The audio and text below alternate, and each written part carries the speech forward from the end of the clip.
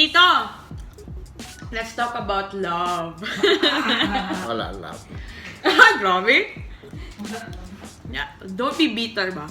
Tito, who was your first relationship? I can't remember. Oh my God! I won't get angry. You're talking to the wrong person. He's the wrong person. She'll yow. I will pinch her. But Tito, you can remember your first relationship. No, we never had girlfriend stuff. That's one thing. Never have a girlfriend. First heartbreak. into- First heartbreak then. Yeah, if I know, I can remember, Gani, you were talking about, who was that girl? The snow bear? Who? The snow bear girl. Oh, that was heartbreak. That was a fling. It wasn't heartbreak. No, that was a fling. No heartbreak. Wait. No, he didn't go into the heartbreak hotel. Thank you. I'll ask Tita instead then for love. No. Thank you. I don't know anything about No, it. like, I'll ask Tita Blazel then. No. Yeah. For some of the love questions. Okay. Your first relationship. First relationship. Ayaw mo ako nagbiga-biga. Yeah. English, please. Kapoy butang og captions. I got too early. I got too early. So daw? You got into a relationship early. Early. What age though? Maybe I was in high school. What age in high school, eh? Ano ba ang third year? 14? I know. 15. 15, yeah. 15. I think I was 15. Third year high school. Oh, 15. Okay. And like, was he your classmate or No, schoolmate? someone older than me. He's our neighbor. He's your neighbor. Okay. And then, your first heartbreak. First heartbreak? I can't remember. My first heartbreak. Sino ba? Siya din. She didn't have heartbreak. She is stuffy. She just saying gani, oh. No, right she- now. She dumped all her boys. Hindi, wait, pag sure, they Okay. all dumped me. None of Praise them. God. None of them dumped her. Yeah. She dumped them all. No, the other way She's a around. toughie. You can answer this if you want. Even What? that one dumped him. Oh! Ano? Don't mention names! Sorry. They might be watching, you never know. Well, you can. You can answer this next question. Te, pagdali! Your worst heartbreak and how you moved on from it. My first boyfriend. Alam mo. So, how did you move? Wait, pwede namang may... Charot. Ang sama ni incorporate ang sa pag sure that But anyway, I was asking Yeah, no, you. because but we've been together for a long time, like third year high school, and then I had to go to Davao to study, and then it was like long distance relationship, and then and then he was with this girl, and then I told him like, I mean, you can't have a girlfriend here, and then when I go back to Davao, you will be with her. I said that, and then he said that he can't leave her because she's going to Kill herself. kill herself. And it was like, that's got nothing to do with me. You got to choose either me or her. And she said he can't leave her. So I said, that's it. So, how did you move on from it? Had a bottle of Red Horse. Really? And 2-minute noodles. Really? Okay. How did I move on? In time, you just forget about it. You cry and you acknowledge that you were dumb and that it's over. And then you give yourself time to mourn. Like I will only give myself 2 months or 3 months after this. Stop it. I will cry and cry, and after that, move on. But one thing I've learned about heartbreak is it gets better in time, you know. The next heartbreak was like, it only took me, 2 months or to move on. You know, it gets lesser and lesser because I know for myself that it will get better in time. Sinampal mo naman yung 2 months mo sa 3 years ko. Yeah. I mean, everybody has different ways of coping. True. Coping mechanisms are always different. That's why you have to, that's very important. The third part really is mourning, and you have to give yourself a lot of time for that. Parang it's like the song like 6 Degrees of Separation. Do you know that?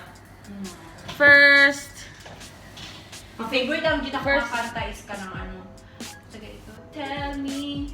no. It's like what you're saying, Mongod. It's like the 6 Degrees of Separation. Sort of like it says, first, you're gonna think that you have a broken heart. What's gonna kill you is the second part, and the third is when your world splits down the middle, and fourth, you're gonna think that you fixed yourself. Fifth, you see them run with someone else, and the sixth is when you admit you may have fucked up the middle. Kaya ako tell me. Where did I go wrong? What did I do to make you change your mind completely? Oo na siya. Tapos pag makamove on ako, Regina Dayan, you made me stronger by breaking my heart. Oo na siya. Naging mga team song niya. May ano pala ito, may background music for every situation. I will be back to Tita now. Okay. How did you two Tita meet? I was What are you watching though? watching Noise You're- Noise wife doing Zumba. Herbalife. You're watching Zumba. Anyway, so how did you and Tita meet? I met her at Western Union, Where in? General Santos City, South Cotabato. And then what was your first impression? She was hot. What do you mean hot? She was hot. What hot? Hot. She had pretty smile. And then, like, what about her attitude? What was your first Very good. impression? Very good attitude. No negative impression. Huh? No negative impression. Voila. Ah, okay. And then, how did Since you... beach in Sri Lanka. Commercial.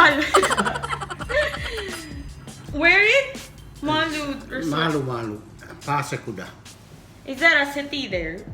It's a town. Oh, Beautiful, isn't it? yeah. And that's the beach there. Yeah, it's beautiful. I'll show it to the vlog. It's pretty. One day we'll go, ate. Sri Lanka. Bring me here, Charot. If you go here. Okay, back to our session. So, how did you both start talking to each other? When she was at Western Union now, Ne?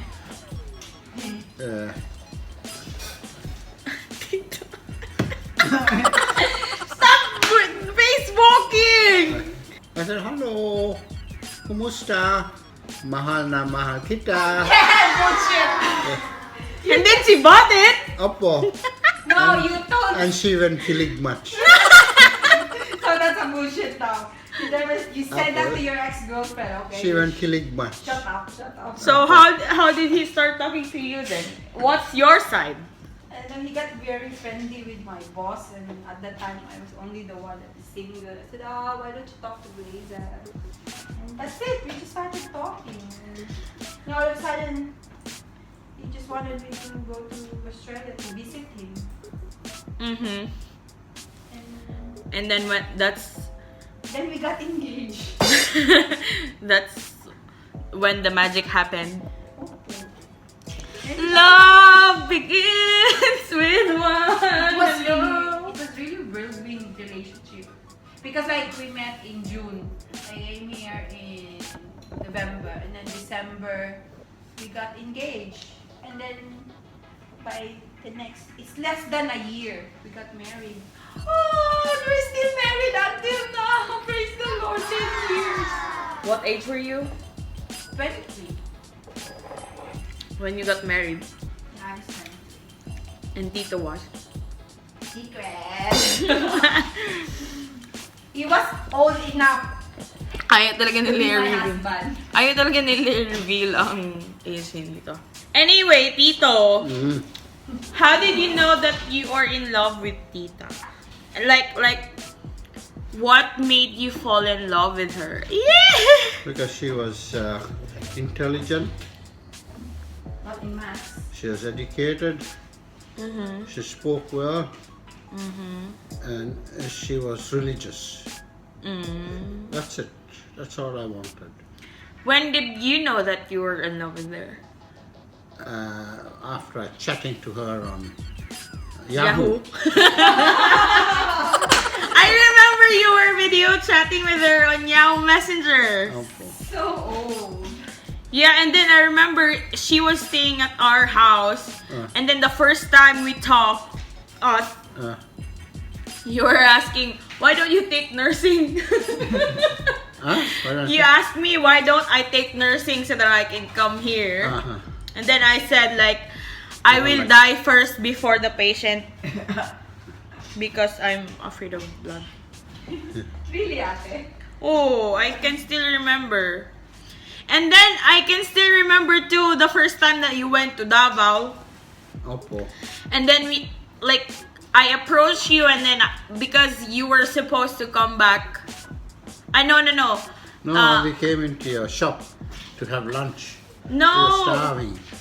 The one I'm talking about was when we were at Uncle Dennis's. Yeah, that's after I met you. Yeah, after I met you, we went to the farm. Yeah. The Yeah, prawn but like, farm. but we don't talk much that time Voila. because everyone was shy. And then I approached you and asked you, what do you miss in Australia? And then you told me, it's the same gani gaga. And I was like, he just cursed at me. And then Gani, you probably didn't know about it, and then I was like, probably Tita taught you about that. Anyway, what's your advice, Tito, when it comes to love, to relationship, to marriage? Stay away. You're too young. Think about that. Tito, oy! You're too young. Stay away. Keep away. So your advice is never get married. No, okay, later on. Once you Yeah, do the Gani. capital. So when I'm at the right age. Yeah. First, do well in your job, save some money, and then you can think about that. Then you can travel if you have to or want to. Travel the world. When you get married, that's it. Finished. You can't do that. So your advice is what you're saying now is before you get married. Oppo. Okay, so when you get married, what should I look for the person? Respect. That's all. Oppo. He should respect you.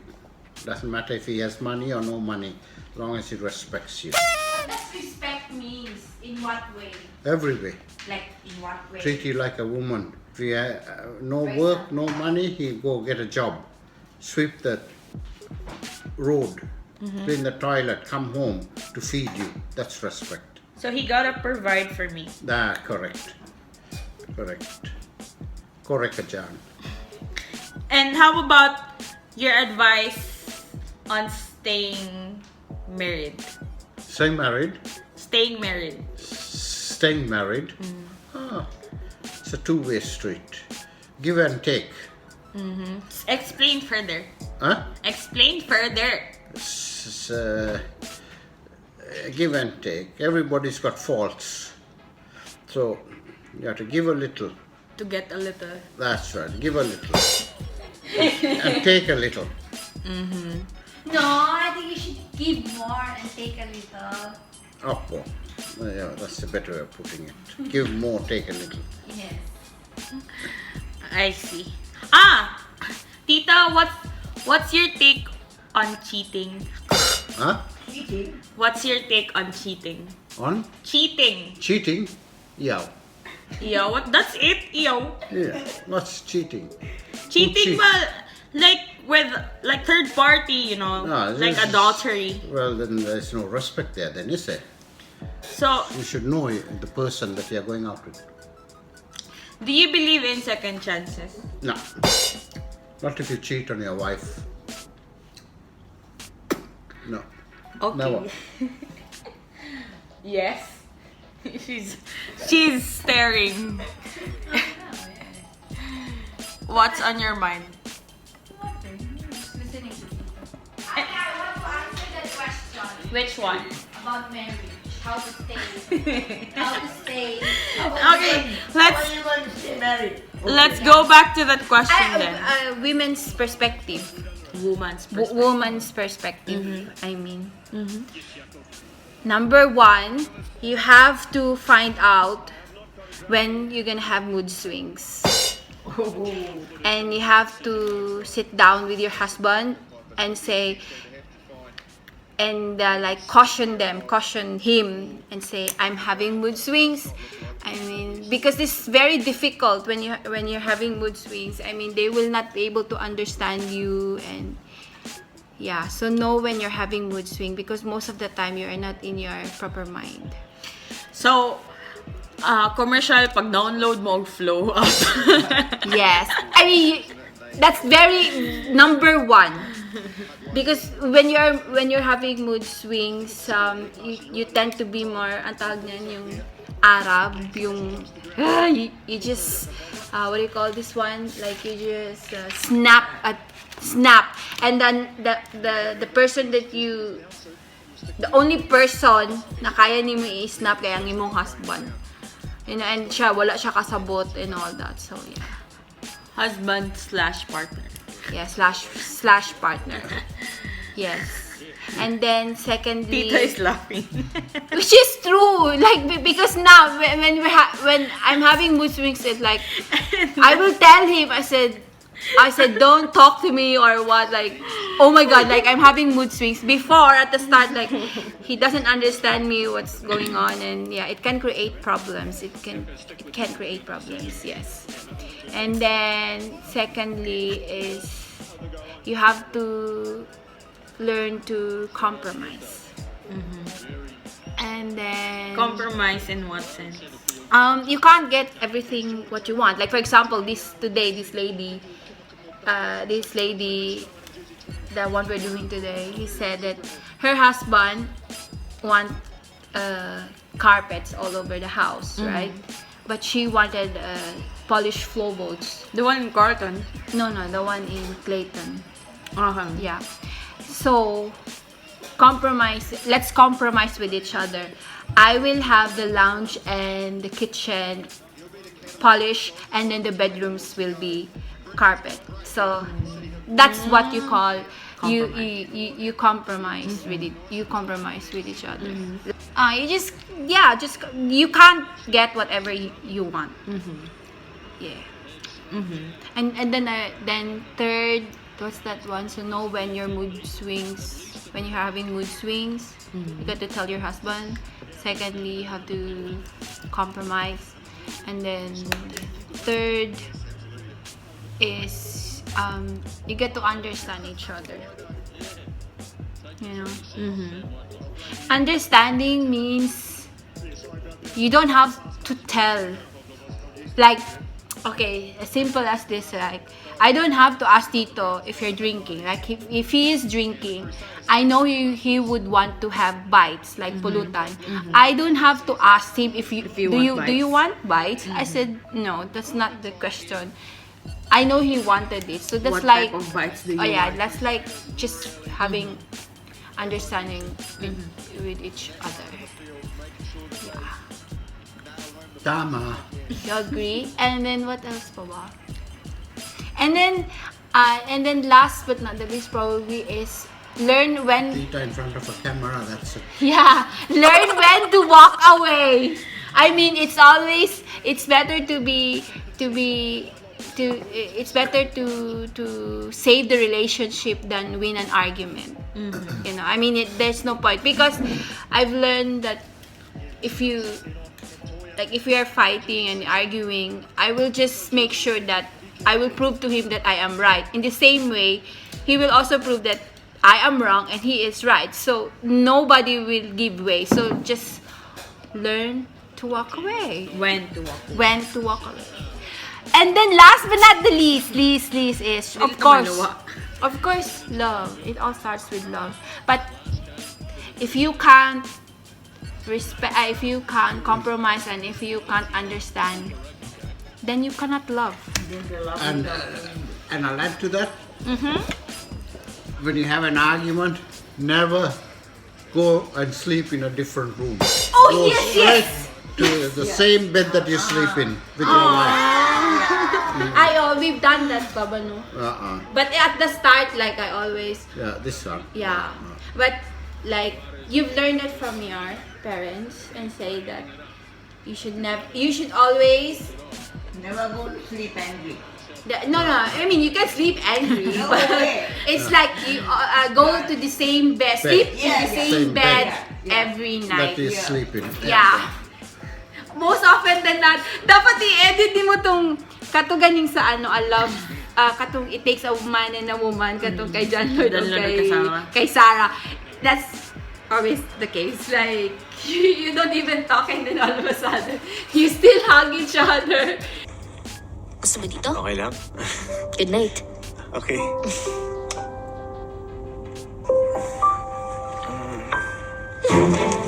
And then when you wake up, you don't talk.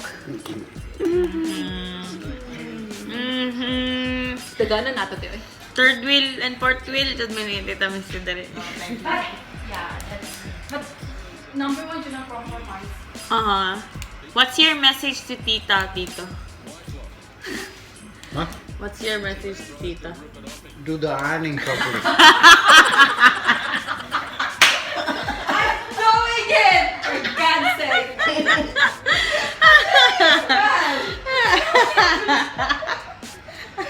Stop talking and do the ironing properly. Okay. So, what's your toughest challenge in life, Tito?